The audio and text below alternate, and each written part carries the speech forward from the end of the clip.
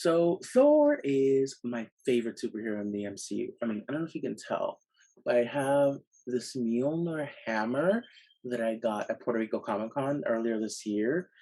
And he's also the first Marvel superhero to get a fourth film in their own series, which as he deserves. And while I enjoyed the first film, I feel Taika Waititi really just knows how to deliver a proper and an exciting Thor adventure. But is it better than Thor Ragnarok?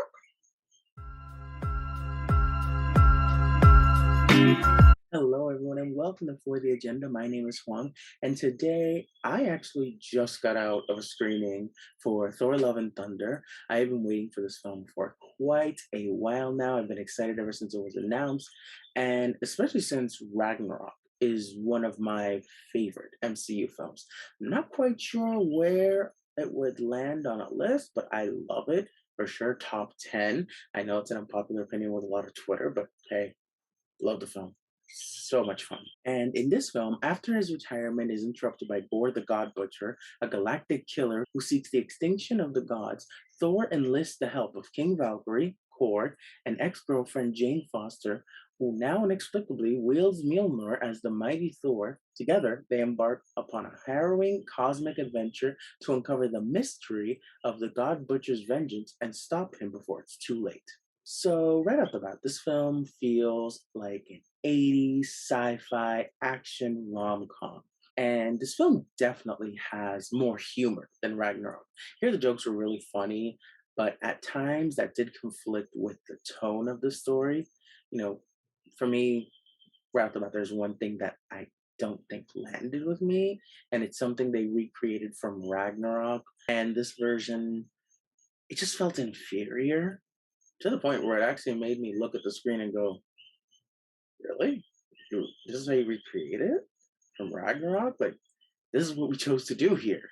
Like, no spoilers, but if you're gonna recreate an iconic comedic scene like that, you gotta surpass it because that scene that they made in Ragnarok was just fantastic. And here, it didn't land for me. However, while this film at times can feel like borderline ridiculous, I still had a great time with it because it has a very playful and almost campy nature. It very much is a go with the flow kind of film. The world building here is really great, and the visuals. I got to see this on an IMAX screen, and the visuals were just chef's kiss. I loved it. I thought they were just stunning. It's beautiful to look at. I love how this film plays with the color palette. The City of the Gods was just so beautiful. I wish I could have stayed there longer. And if you've seen the trailer, really any promotion for this film, there's a scene in the trailer that's like in black and white. And I honestly really liked it. Like, for a minute, I could kind of tell it was a green screen, but I had so much fun with that scene that I just overlooked it. It was so cool. The action scenes were really cool, and they were a lot of fun and very entertaining to watch. And I love, love, love the soundtrack here. It has a lot of rock songs, which I couldn't help but geek out because I'm like, I know that song. I know that song. It's just so much fun. It really energizes this film and it makes it just such a blast to have. Now, the exposition here, for me, it works and it sometimes even works to a fault. The story is juggling three storylines at once. You have the Jane and Mighty Thor storyline, which involves something very, very much like the comics. I don't want to spoil it in case you don't know it, but it's a really great story that you should check out if you like comics. You have Gore the God Butcher and his quest for revenge. And then you have Thor and company. And in Thor's case, he's trying to figure out like his place in the world. And there's also like a short side storyline of New Asgard and Valkyrie, which I actually really liked. I would have wanted to spend more time on that storyline and more time in that place. I really liked what they did there.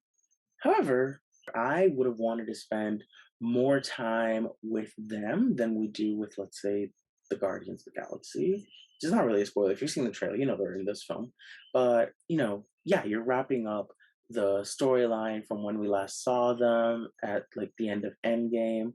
But honestly, until they showed up, I completely forgot that they left together at the end of Endgame. For me, having them there, it didn't feel necessary. I don't feel they added much to the story, if I'm quite honest. And given how they're covering so many things in this 2 hour runtimes, it's one of the things I would have liked to have changed. It is 2 hours, it's not 2.5, it's not almost three, it's 2 hours. And they're covering so much that, at times it's very much, jam packed into a lot of stuff going on. And when it explains stuff, it does it pretty well. But, you move from point A to point B to point C, back to point A, and it does feel like a lot at times. But again, Taika Waititi is such a good director that you just go with the flow. And quite honestly, while this could have been a longer movie, in my opinion. What they do here, I think, works. I just wish it was a little bit better. You know what I don't have to nitpick? Chris Hemsworth, because he is perfectly cast as Thor. You can tell how much he adores playing this character. He is Thor. He understands the character. He's able to evolve it by pushing the boundaries of his character while also trying out some new things. Here he's, more comedic and at times maybe a little delusional. That happens to the best of us, really. But he's still the sensible badass you fell in love with. This Thor, he's funny, he's energetic, but he's still kind and helpful. And Hemsworth proves, that he's still got incredible comedic timing, and this charisma is just on another level. Like, how can you hate this character? You really can.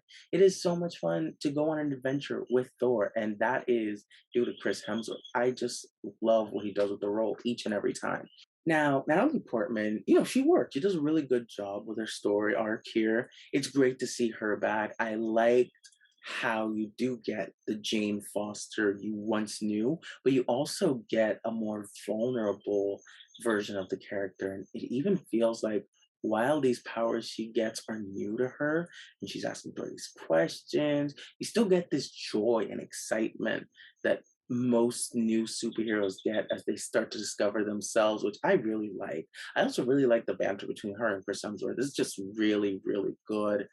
And something else I love about what they did with Jane Foster here is they make you care about the relationship between Jane and Thor again, which is very well handled here. It brings a certain humanity, not just to the role, but to the story between them that I just really enjoyed. I really liked it. I do feel that the Mighty Thor storyline should have been something on its own. Like in the comics, you have Mighty Thor and Gore separate. Here that they're together, it does feel like some things maybe were cheated out of because of time.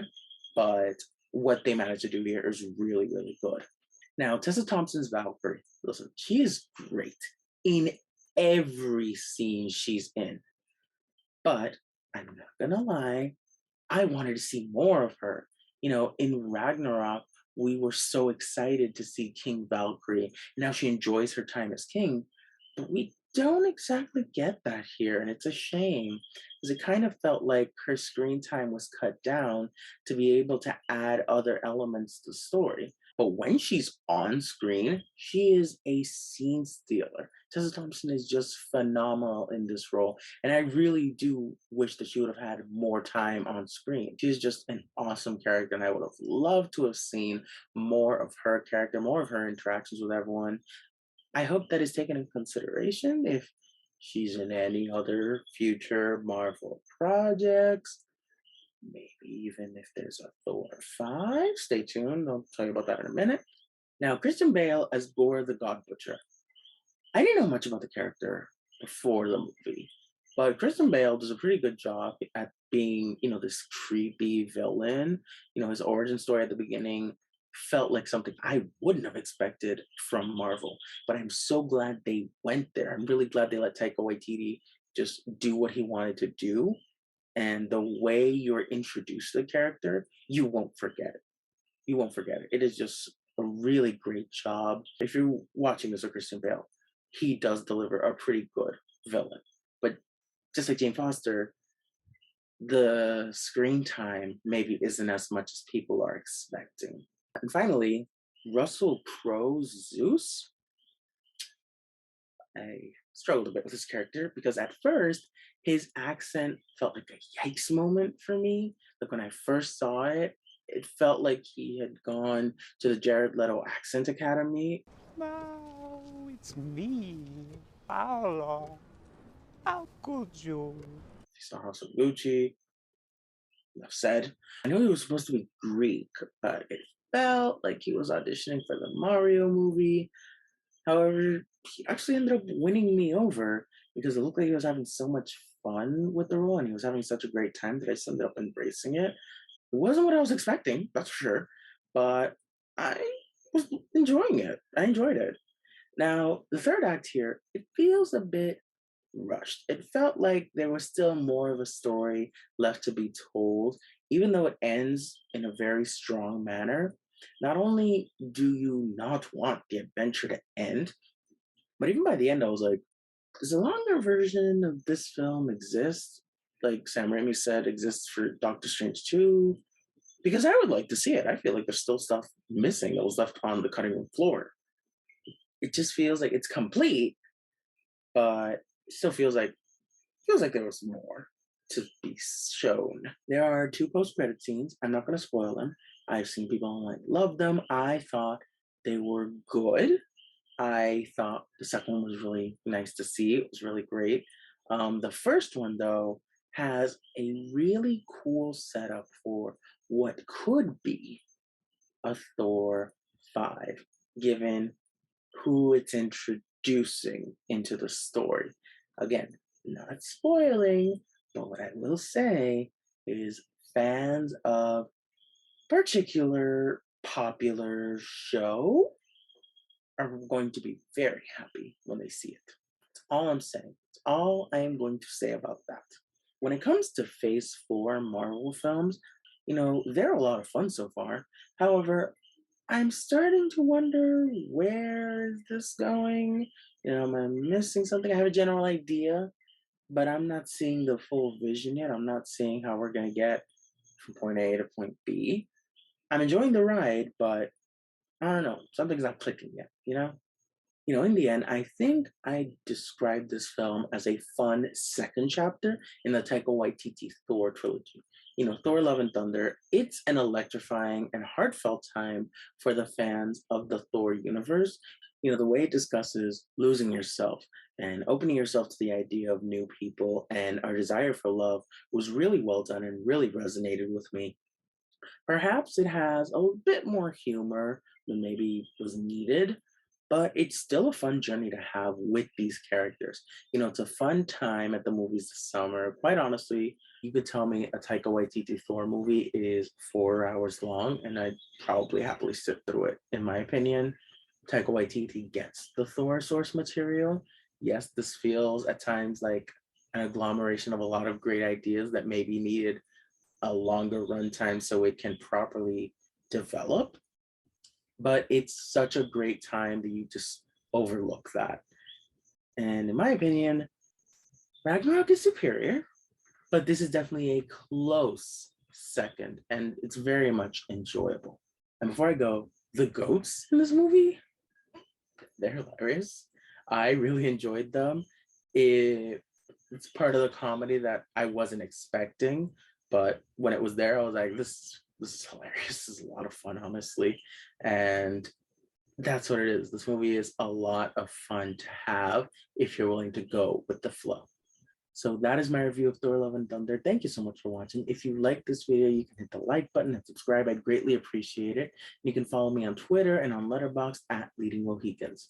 And remember, regardless of what others feel about the things you love, it's always for the agenda. Bye.